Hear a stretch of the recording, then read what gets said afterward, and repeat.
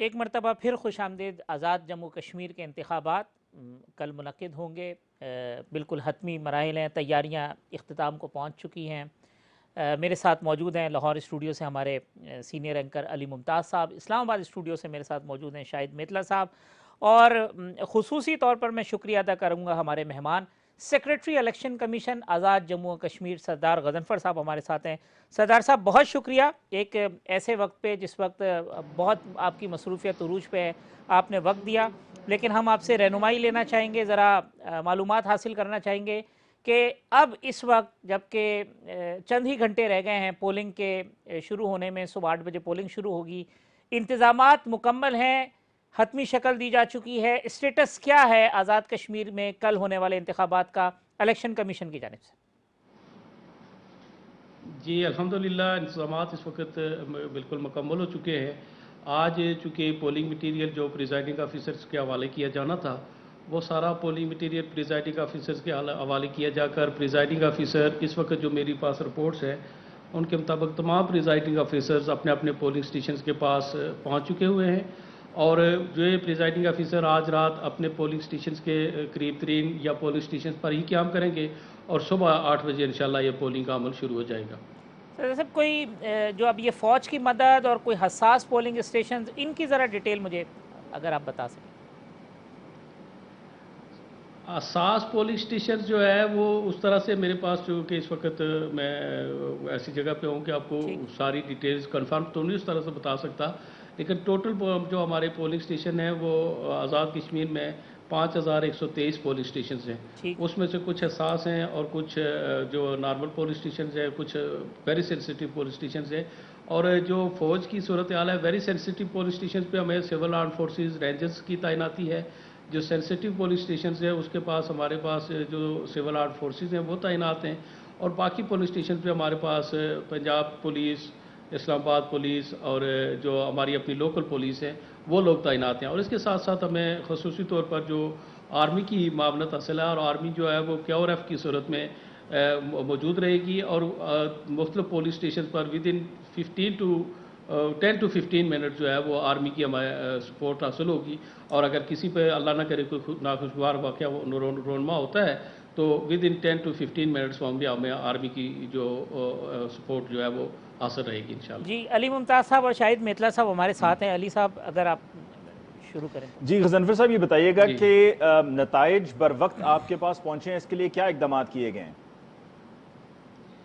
جی اس کے لیے یہ ہے کہ ہم نے ایک اپنا مرکزی کنٹرول روم قائم کر رکھا ہے یہاں پہ مظفر آباد میں الیکشن کمیشن کے مرکزی آفس کے ساتھ، اور اس کے ہمارے جو 10 ڈسٹرکٹس ہیں آزاد کشمیر کے، ان کے لیے 10 ڈسٹرکٹس میں ڈی آر او آفیسز میں ہم نے ہاٹ لائن قائم کی ہے۔ اس ہاٹ لائن کا براہ راست رابطہ ہماری جو مرکزی کنٹرول روم ہے اس کے ساتھ ہوگا، اور ریٹرننگ آفیسر اپنا تمام رزلٹ جو ہے وہ کمپائل کرنے کے بعد ریٹرننگ آفیسر اپنے دفتر میں اس رزلٹ کو اناؤنس کریں گے، اور وہ ڈی آر او کو ٹرانسمٹ کریں گے، اور ود ان اسی ٹائم وہ ڈی آر او وہ رزلٹ جو ہے وہ ہمیں مرکزی کنٹرول روم میں ٹرانسمٹ کریں گے، اور وہاں مرکزی کنٹرول روم سے وہ رزلٹ جو ہے وہ اناؤنس ہوگا۔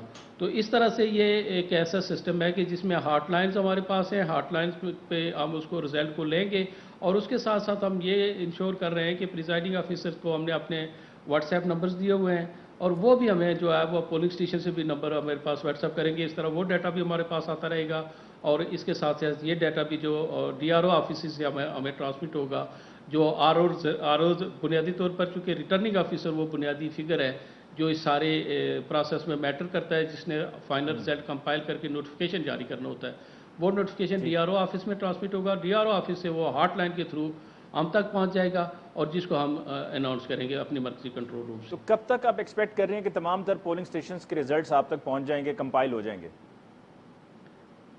جی انشاءاللہ کوشش تو ہماری یہ ہے کہ بہت جلد از جلد ہو جائے، لیکن بعض دفعہ یہ چونکہ الیکشن کا پروسیس ہے، اس میں بعض دفعہ ایک آدھ پولنگ سٹیشن بھی اگر ہمارے پاس اٹک جائے تو اس میں لیٹ لگ جاتی ہے، لیکن انشاءاللہ آئی ہوپ کہ لیٹ نائٹ میں یہ کمپلیٹ ہو جانا چاہیے، 25 کی لیٹ نائٹ تک یہ کمپلیٹ ہو جانا چاہیے۔ جی میتلا صاحب۔ بہت شکریہ سر۔ سردار صاحب بھائی یہ بتائیے، آپ کہہ رہے ہیں کہ بڑے فول پروف انتظامات کیے گئے ہیں، اگر کہیں پر کانٹروورسی آتی ہے اس کو کس طرح سے ایڈریس کیا جائے گا، اور علی ممتاز صاحب نے بڑا امپورٹنٹ سوال کیا ہے کہ کیا ایکسپیکٹیشنز ہیں کہ 6 بجے تک اگر پولنگ ہوتی ہے تو 7 بجے نہیں تو 10 بجے ریزلٹس آ جائیں گے، اور 10 بجے نہیں آتے تو 12 بجے تک آ جائیں گے؟ اور دوسرا ضمنی سوال یہ بھی ہے کہ کیا آپ جو ایجنٹس ہوں گے ڈیفرنٹ پارٹیز کے، ان کو اسی وقت ریزلٹس دے دیں گے؟ آپ کی آواز بریک ہو رہی ہے، مجھے سمجھ نہیں آ رہی ہے۔ بہتر صاحب اگر دوبارہ میں پوچھ لیں جی۔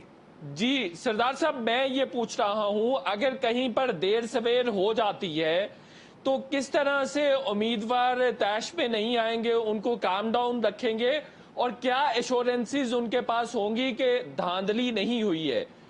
ایک بات تو یہ ہے۔ دوسرا، جی جو ڈیفرنٹ پولنگ اسٹیشنز ہوں گے وہاں پہ جو ایجنٹس ہوں گے ڈیفرنٹ پارٹیز کے، ان کو بھی ریزلٹس دیے جائیں گے اور اسی وقت دیے جائیں گے، اور وہ بہت ہی مستند ہوں گے؟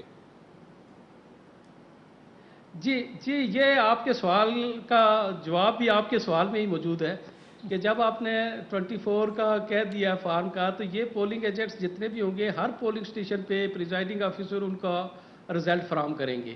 وہی رزلٹ ریٹرننگ آفیسر کو ٹرانسمٹ ہوگا، ریٹرننگ آفیسر سے وہی رزلٹ ڈی آر او کو ٹرانسمٹ ہوگا، اور وہی رزلٹ پھر الیکشن کمیشن میں آئے گا۔ اس لیے فرسٹ سٹیج پہ جب وہ رزلٹ پولنگ ایجنٹس کو مل جائے گا تو اس کے بعد اس میں میرے خیال میں کسی قسم کی تبدیلی آنا جو ہے وہ ممکن نہیں ہے، کیونکہ جب آپ 5-7 بندوں کو ایک پولنگ اسٹیشن پہ ایک رزلٹ دے کے آگئے ہیں تو اس کے بعد پھر اس میں کسی قسم کی اور ترمیم ممکن نہیں ہے، اور یہی میرے خیال میں ایشورنس ہے اس سارے پروسیس کے لیے، اور جو انشاءاللہ اس کو جو ہے وہ میں کہتا ہوں کہ بالکل شک ٹھیک سے ہے۔ بالا تر سردار صاحب یہ بتائیے کہ اے جے کے الیکشن کمیشن نے فوج کو کہا ہے کہ آپ آئیں اور سیکورٹی کا تمام نظام سنبھالیں، یہ آپ کی طرف سے طلبی کی گئی ہے، جی جی اور یہ بھی ایک بات چل رہی ہے کہ شاید فوج کو بلایا گیا ہے کہ صرف سیکورٹی کو مانیٹر کرے گی، اور وہ پولنگ اسٹیشنز کے باہر ہوگی، اور پھر جو ٹرانسفر وغیرہ یا شفٹ ہوں گے جو پولنگ باکسز ہیں ان کو ہینڈل کرے گی۔ جی نہیں، یہ ایک اس حد تک آپ کی معلومات درست ہیں کہ فوج جو ہے وہ پولنگ اسٹیشنز کے باہر ہوگی، پولنگ اسٹیشن کے اندر نہیں ہوگی، اور دوسرا جو پولنگ مٹیریل اور باکسز یا بیلٹ پیپرز ہے اس کی ہینڈلنگ میں بھی فوج کا کوئی رول نہیں ہوگا۔ ٹھیک۔ وہ لوکل پولیس، اس کو جو دیگر سول آرم فورسز اور سیکورٹی ایجنسیز ہیں ان کا کام ہوگا، چونکہ پریزائڈنگ آفیسر کو جس طرح آج اس کو سیکورٹی میں موو کیا گیا ہے اور وہ مختلف پولنگ اسٹیشنز تک گئے ہیں، یہی سیکورٹی جو ان کو پولنگ اسٹیشنز تک لے کے گئی ہے اسی کی ذمہ داری ہے کہ یہ اس کو واپس پہنچائیں گے۔ ہاں اس حد تک ضرور ہم نے انشور کیا ہے کہ وہ کیا ہوا رفس جو فوج کی موجود ہوں گی اس کو ہم نے یہ ضرور ریکویسٹ کیا ہے کہ on the way to the office of the returning officer آپ اس بات کو انشور کریں کہ کوئی ایسی بات نہ ہو کہ جس میں اگر راستے میں کسی قسم کی کوئی پرابلم ہوتی ہے تو اس کو کاؤنٹر کرنے کے لیے ہمیں فوج کی معاونت حاصل ہوگی۔ سردار یہ صاحب سارا پروسیس ہے، یہ اور جو اس میں جی سر یہ جو وائلیشنز ہوئی ہیں الیکشن کے، جو انتخابی قواعد و ضوابط کی، اور اس کے اوپر جو پھر جی جو الیکشن کمیشن نے جو احکامات دیے ہیں وہ بھی اس طریقے سے ایگزیکیوٹ نہیں ہو سکے جس طرح سے ہونے چاہیے تھے، اس پر کیا آپ کا کہنا ہے؟ جی جی جی اس پہ دیکھیں، الیکشن کمیشن کا رول جو اپنی طرف سے تھا، الیکشن کمیشن کا کام تھا کہ اس کے مطابق جو آرڈرز ہے وہ جاری کرنا، اور آرڈرز کی امپلیمنٹیشن جن لوگوں کا کام تھا اگر وہاں سے نہیں ہوئی ہے تو اس کے لیے بھی چارہ کار موجود ہے، اور وہ یہ پروسیس خدا نخواستہ الیکشن کے ساتھ ختم نہیں ہو گیا ہے، بلکہ الیکشن کمیشن ایک مستقل ادارہ ہے، اور یہ ادارہ اپنا کام الیکشن کے بعد بھی کرتا رہے گا۔ تو اس میں اگر کوئی ایسی چیز ہے جو کہ الیکشن کے بعد بھی اگر کوئی سامنے آ جاتی ہے اور اس کو ایفیکٹ کرتی ہے تو یہ شاید وائلیشن کرنے والوں کے لیے بعد میں بھی کہیں خطرے کا باعث بن سکتی ہے۔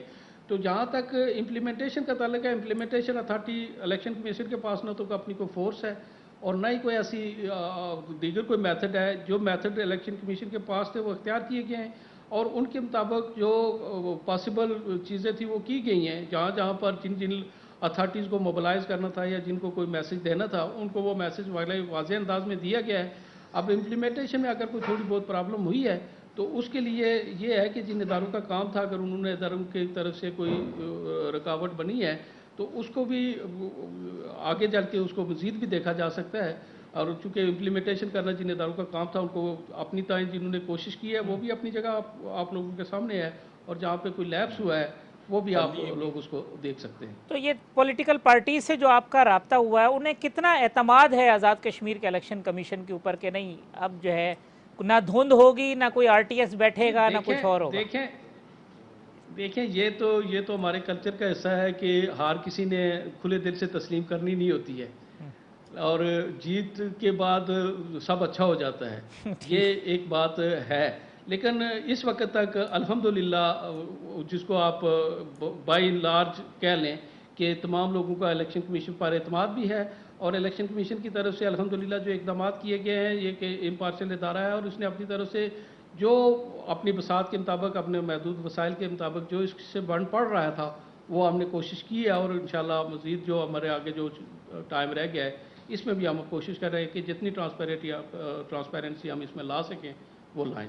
صدر صاحب ایک بات اور میں جاننا چاہ رہا ہوں وہ یہ کہ جو مہاجرین کی 12 نشستیں ہیں یہاں پہ تو جو ایڈمنسٹریشن ہے وہ کوئی پنجاب حکومت کی ہوگی، کے پی کے کی ہوگی، سندھ کی ہوگی، یہاں پہ کیا ہوگا؟ یہ اس کو کیسے انشور کریں گے کہ وہ جو ایڈمنسٹریشن ہے وہ کوئی اثر انداز نہ ہو؟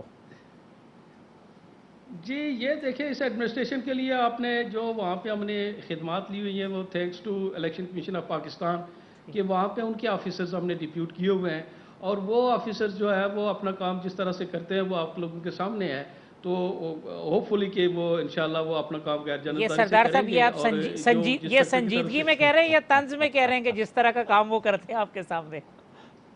نہیں میں سنجیدگی میں کہہ رہا ہوں. آپ لوگ بہت بہتر کمپلیمنٹ کر جانتے رہے ہیں ہیں کہ سردار. جو دو تین الیکشن پیچھے ہوئے ہیں اس میں الیکشن کمیشن کا کردار بڑا واضح رہا ہے اور بڑا پازیٹیو رہا ہے. میں اس تو آپ کنٹیکس میں یہ سردار بات کر رہا صاحب ہوں. اس کردار سے متاثر ہیں؟ آپ کو لگا کہ ایسا ہی کردار آزاد کشمیر الیکشن کمیشن کا بھی ہونا چاہیے؟ کیوں سردار صاحب کو مشکل میں ڈال رہے ہیں مثلا صاحب آپ؟ ذرا آسان کر دیتے ہیں سردار صاحب کے لیے، ذرا سوال ایک آسان کر دیتے ہیں کہ سردار صاحب کچھ پولنگ سٹیشنز پر اکثر ایسا ہوتا ہے کہ پولنگ کے دوران پولنگ سلو جاتی ہے، اور پھر ٹائم ایکسٹینڈ کرنے کی جب بات آتی ہے تو وہ الیکشن کمیشن کا فیصلہ ہونا ہوتا ہے کہ ٹائم ایکسٹینڈ ہوتا ہے یا نہیں. اگر ایسی کوئی صورت ہوگی تو کیا یہ لچک موجود ہے کہ ٹائم کو ایکسٹینڈ کیا جائے گا، یا ٹائم ایکسٹینڈ نہیں ہوگا وہی ٹائم رہے گا اور اس وقت پولنگ ختم ہو جائے گی؟ جی بالکل اس میں یہ لچک موجود ہے. اس کا پروسیس یہ ہے کہ 8 سے 5 بجے تک پولنگ کا ٹائم ہے، لیکن اس میں یہ ہے کہ 5 بجے سے پہلے جو ووٹرز پولنگ اسٹیشن کے احاطے کے اندر آ جائیں گے وہ اپنا ووٹ ضرور پول کریں گے. اس کے لیے چاہے وہ ان کو 5 بجے سے بعد بھی ٹائم لینا پڑتا ہے. 5 بجے سے پہلے جو ووٹر پولنگ اسٹیشن کے احاطے کے اندر آ جائے گا وہ اپنا ووٹ پول کرے گا، اس کے لیے ٹائم ایکسٹینڈ کیا جائے گا. لیکن اس کے لیے ضروری ہے کہ وہ 5 بجے سے پہلے پولنگ اسٹیشن کے ویسینٹی کے اندر موجود ہو. اور سردار صاحب کون کون سے ایسے علاقے ہیں جو ابھی سے آئیڈینٹیفائی ہوئے ہیں کہ وہاں پر دھند ہے یا شام میں دھند پڑنا شروع ہو جاتی ہے؟ سوری آپ کی آواز کٹ گئی. سردار صاحب علی ممتاز صاحب کہہ رہے ہیں کوئی ایسے علاقے تو نہیں ہیں کشمیر میں جدھر دھند پڑ سکتی ہے یا پڑنے کا چانس ہوتا ہے ان دنوں میں؟ نہیں انشاءاللہ دھند نہیں پڑے گی، انشاءاللہ دھند نہیں پڑے گی. اس کا ہم نے پراپر انتظام کیا ہو رہا ہے اور دھند نہیں پڑے گی انشاءاللہ. اچھا ٹھیک. کل کہہ رہے ہیں موسم بڑا آزاد صاف ہے کشمیر اور میں انشاءاللہ بارشیں دھند بڑی ہوتی ہیں سردار صاحب، بارش کی وجہ سے پرزائڈنگ افسر بارشیں ہوتی ہیں دھند نہیں پڑتی بجلی کہہ رہے بارشیں ہوں گی دھند نہیں پڑے گی مثلا صاحب. بالکل صحیح ہے. اچھا سردار صاحب آپ نے علی امین گنڈا پور صاحب کو نوٹس بھی جاری کیا لیکن ہم نے دیکھا کہ ابھی تک کوئی کارروائی نہیں ہوئی. پھر 3-4 جو وہاں سے لڑ رہے تھے، کانٹیسٹ کر رہے تھے امیدوار پی ٹی آئی کے، ان کو بھی آپ نے نوٹسز دیے. ان کے خلاف آپ نے ابھی تک کیا کارروائی کی ہے؟ کیا ان کو نااہل کیا جا سکتا ہے الیکشن کے لیے؟ جی ان کے لیے جو آپ نے جس طرف نشاندہی کیا ان کے لیے ڈسٹرکٹ ریٹرننگ آفیسر کی ایک رپورٹ ہمارے پاس آئی تھی. وہ رپورٹ چونکہ وہ جو قانونی تقاضے تھے کسی کو بھی نائل قرار دینے سے پہلے یا کسی قسم کی پنشمنٹ کرنے سے پہلے اس کو سماعت کیا جانا ضروری ہوتا ہے. تو اس کے لیے وہ رپورٹ ڈسٹرکٹ ریٹرننگ آفیسر کو اس ہدایت کے ساتھ واپس کی گئی تھی کہ آپ ان کو لوگوں کو پہلے سماعت کریں، اور اس کے لیے ڈسٹرکٹ ریٹرننگ آفیسر صاحب نے نوٹس بھی ان کو جاری کیے ہیں جنہوں نے اپنا جواب داخل کرنے کے لیے ٹائم لیا ہوا ہے. وہ ٹائم ان کو دیا گیا، اور میں نے جیسے کہا ہے کہ یہ ایک تھارو پروسیس ہے جو آگے بھی چلے گا. تو وہ انہوں نے اپنا جواب داخل کریں گے اور اس کے بعد انشاءاللہ اس پہ دیکھا جائے گا کہ کیا ہو سکتا ہے. سردار صاحب آخری بات یہ کہ ٹرن آؤٹ کیا ایکسپیکٹ کر رہے ہیں آپ کل کے الیکشن کے اندر؟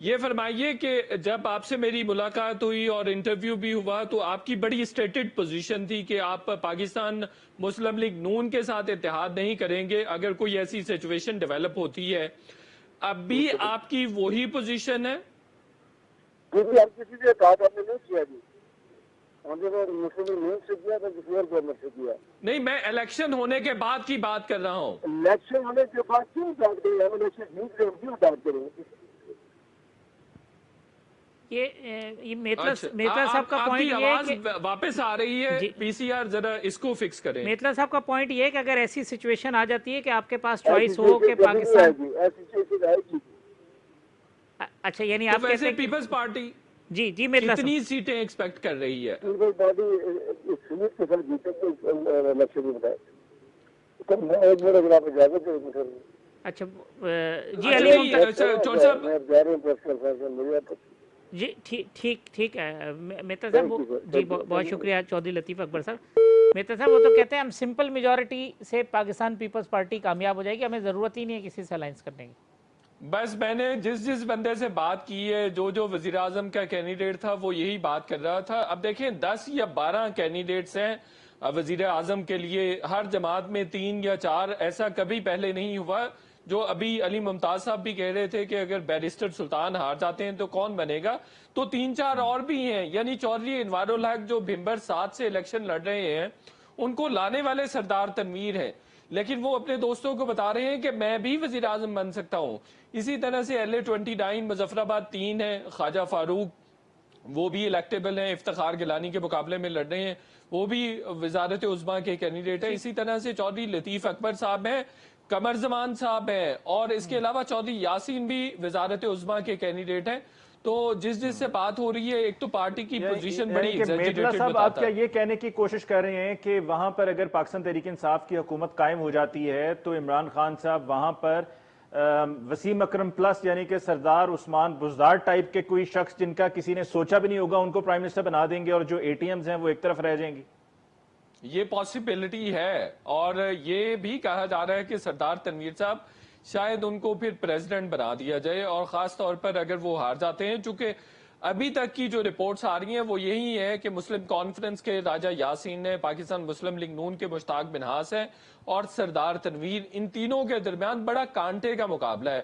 اور اگر ہار جیت اس باغ 15 میں ہوتی ہے تو وہ 500,000 کے مارجن سے ہوگی، اس سے زیادہ کسی کو مارجن مل نہیں سکے گا.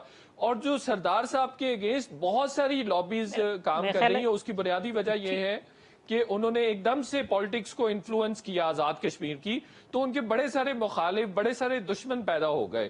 اور اس لیے ہر آدمی کی یہ کوشش ہے کہ کوئی اور ہارے نہ ہارے. میں بڑی انٹرسٹنگ بات کر رہا ہوں، PTI کے لوگوں کی بھی یہ کوشش ہے سردار تنویر الیاس کو ہارنا چاہیے. پیپلز پارٹی کے بھی سارے لوگ کوشش کر رہے ہیں کہ ان کو ضرور ہارنا چاہیے. مسلم لیگ نون کے لوگ بھی کوشش کر رہے ہیں کہ سردار تنویر کو ضرور ہارنا چاہیے. سارے لوگ پیچھے پڑے.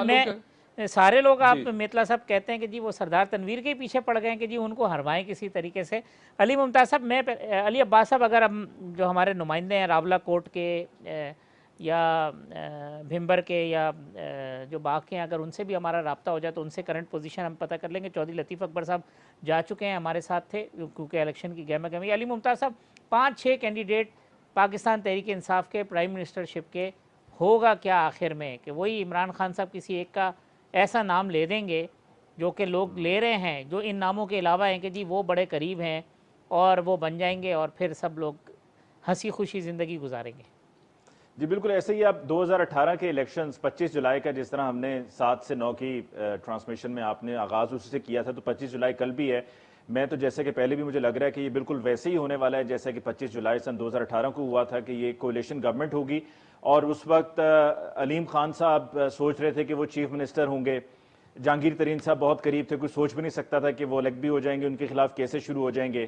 علیم خان صاحب جو ہیں ان کو بھی نیب نے پکڑ لینا ہے. پھر میاں اسلم اقبال اور بھی کئی بڑے بڑے نام تھے جو سوچ رہے. ایون فواد چودھری صاحب یہ سوچ رہے تھے کیونکہ وہ پروونشل اسمبلی کی سیٹ بھی جیتے تھے جیلم سے، کہ شاید ہو سکتا ہے کہ وہ چیف منسٹر بن جائیں. بلکہ میں نے ان سے 2018 کی کیمپین کے دوران سوال پوچھا تھا تو انہوں نے کہا تھا کہ وائی ناٹ، یہ ان کا جواب تھا مجھے. تو اب بھی لگ یہی رہا ہے کہ جو پیسے والے لوگ ہیں وہ شاید سب ایک طرف رہ جائیں گے، اور جن کے بارے میں کسی نے سوچا بھی نہیں تھا جیسا کہ عثمان بزدار صاحب کے وہ چیف منسٹر بنیں گے ان کو بنا دیا گیا، اور 3 سال تک ہر سال یہ لگتا ہے کہ وہ چیف منسٹر نہیں رہیں گے، ہر عید کے بعد لگتا ہے کہ وہ چیف منسٹر نہیں رہیں گے، تو وہاں پر کسی ایسے ہی شخص کو چنا جائے گا پرائم منسٹرشپ کے لیے۔ تو یہ تو اب ہر جو عید کے بعد یہ لگتا ہے کہ شاید پنجابیوں کی ایک اور عید ہو جائے اور وہ بہتر عید ہو، لیکن ہر دفعہ مایوسی ہوتی ہے۔ نہیں جی نہیں بالکل اب تو علی میرا خیال ہے کہ جو لوگ خواہش مند تھے وہ مایوس نہیں ہو گئے زیادہ کہ اب کیا رہ گیا پیچھے، بس اب نہ ہی سمجھو۔ نہیں، لیکن جو خواہش مند ہیں وہ اب بھی خواہش مند ہیں۔ آپ دیکھیے کہ سردار تنویر الیاس کے اگر آپ چہرے کو پڑھیں، ان کی فیس ریڈنگ کریں، تو وہ ایز اے پرائم منسٹر ہی جا رہے ہیں، کہیں پر ہیلی پہ جا رہے ہیں، پھر ان کے بازو پہ بھی چوٹ لگی ہوئی تھی، انہوں نے بینڈیج بھی کیا ہوا تھا، پھر دشوار گزار رستوں پہ جا رہے ہیں، مختلف دیہاتوں میں جا رہے ہیں، کیمپینز کر رہے ہیں، اور پھر سوشل میڈیا کیمپین بھی ان کی بڑی زبردست چل رہی ہے۔ تو وہ ابھی تک امید لگائے بیٹھے ہیں، لیکن جب آخر میں رزلٹ کو نکلنا ہے تو تب یہ پتہ چلے گا کہ وہ کہاں پر سٹینڈ کرتے ہیں۔ بلکہ مجھے تو یہ بھی ڈر ہے کہ جو ان کے اثاثے ہیں کہ ان کی چھان بین نہ عمران خان صاحب شروع کر دیں۔ خان صاحب تو نے پہلے یہ کر چکے ہیں کہ جن کی چھان بین پہلے نہیں تھی وہ کہیں یہ نہ ہو چھان بین شروع ہو اب جائے۔ وہ ادھر ہو جائے تو الگ بات ہے، ویسے آزاد کشمیر کے اندر تو ہے نا وہ تھوڑا معاملہ ریلیکس ہی ہے۔ ایک بریک لے لیتے ہیں، بریک کے بعد آتے ہیں تو پھر کنٹینیو کریں گے۔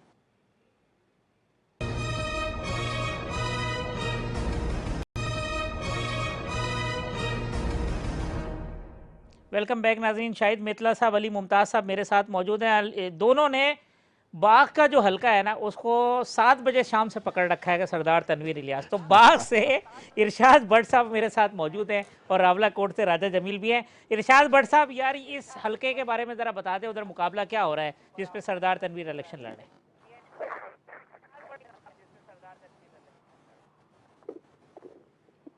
جی ارشاد، آپ سن سکتے ہیں؟ جی بالکل میں سن رہا جی ہوں۔ بتائیں کیا ہو رہا ہے باغ میں؟ بڑی بےتابی سے انتظار ہے میتلا صاحب کو اور علی ممتاز صاحب کو۔ جی بہت شکریہ حافظ صاحب۔ بات کی اگر ہم تینوں حلقوں کی بات کریں تو تقریباً جو 3 حلقے وہاں پر 2,86,864 کے قریب جو ووٹرز اپنے حق رائے دہی کا استعمال کریں، اور LA-14 کی اگر ہم بات کریں جو غربی باغ کا حلقہ ہے، وہاں پر جو ہمارے امیدوار ہیں مسلم کانفرنس کے سردار عتیق احمد خان صاحب، جو 2 بار وزیر اعظم بھی رہ چکے ہیں آزاد کشمیر کے، ان کا مقابلہ ہو رہا ہے پاکستان تحریک انصاف کے جو ہے اپنا میجر لطیف خلیق کے ساتھ، اور بڑا کانٹے دار مقابلہ ہے۔ ٹھیک، اور اسی طرح اگر ہم بات کریں ہمارا جو دوسرا حلقہ ہے وسطی کا، وہاں پر بھی اس وقت مقابلہ ہے پاکستان تحریک انصاف کے جو امیدوار ہیں سردار تنویر الیاس ان کا، اور ان کے ساتھ مسلم کانفرنس کے ہی امیدوار جو ہیں راجہ محمد یاسین خان، ان کا بڑا کانٹے دار مقابلہ ہے۔ اور اس میں بڑی ایک سوچ و فکر کی بات یہ ہے کہ جو یہاں پہ وزیر تھے اپنا مشتاق مناز صاحب، پچھلے جو گزشتہ وزیر حکومت بھی رہے ہیں، وہ اس وقت تیسری اور چوتھی پوزیشن کے لیے لڑ رہے ہیں۔ ان کا گراف جو ہے اتنا گر گیا ہے۔ تو سردار قمر کے جو صاحبزادے ہیں وہ بھی اسی حلقے سے ہیں؟ جی بالکل، وہ بھی اسی حلقے سے۔ ان نے بہت خوبصورت جو ہے انتخابی مہم بہت اچھی ان نے چلائی ہے، انہوں نے الیکشن کیمپین بہت اچھی کی ہے۔ سردار تنویر صاحب کی جو وکٹ ہے وہ خطرے میں ہے یا نہیں ہے؟ اصل سوال نہیں، ابھی تک وہ مضبوط پوزیشن پہ ہیں، اور ٹف کمپٹیشن ہے راجہ یاسین صاحب کے ساتھ ان کا۔ جی میتلا صاحب اب اور علی ممتاز صاحب۔ جی میتلا صاحب تو مانیں گے نہیں، میں نے تو پہلے میں بتایا تھا کہ یہ دوسرے نمبر پہ اور پہلے نمبر پہ سردار تنویر الیاس اور مسلم کانفرنس کے کینڈیڈیٹ راجہ یاسین صاحب کا مقابلہ۔ مشتاق مناز صاحب پیچھے کی طرف ہیں، اور بڑا جلسہ کر لینا اور لوگوں کو بلا لینا، جس طرح مریم نواز صاحب وہاں پہ گئی تھی، وہ آپ کو گارنٹی نہیں کرتا کہ آپ کا کینڈیڈیٹ کامیاب ہوگا۔ چلو میتلا صاحب وہ کہہ رہے ہیں، میں تو پہلے ہی کہہ رہے سی، تو آپ نے مانی نہیں بات۔ جی میتلا صاحب، جو ووٹ ہے وہ سائلنٹ ہوتا ہے۔ ایک بڑے میں کہہ رہا ہوں روایت طور پر ویسے مسلم لیگ نون کا ووٹر بڑا سائلنٹ ہوتا ہے، سائلنٹ ہمیں نظر آتا ہے کہ یہ ٹرانسلیشن ہوئی۔ مجھے میتلا صاحب آپ کی آواز تھوڑی خراب ہو رہی ہے، تو اس کو جب تک صحیح کرتے ہیں، میں راولہ کوٹ سے راجہ جمیل صاحب ہمارے ساتھ ہیں۔ راجہ صاحب، راولہ کوٹ کی کیا پوزیشن ہے؟ کتنے حلقے ہیں اور بڑا مقابلہ کس کا ہے؟ جی راجہ جمیل صاحب،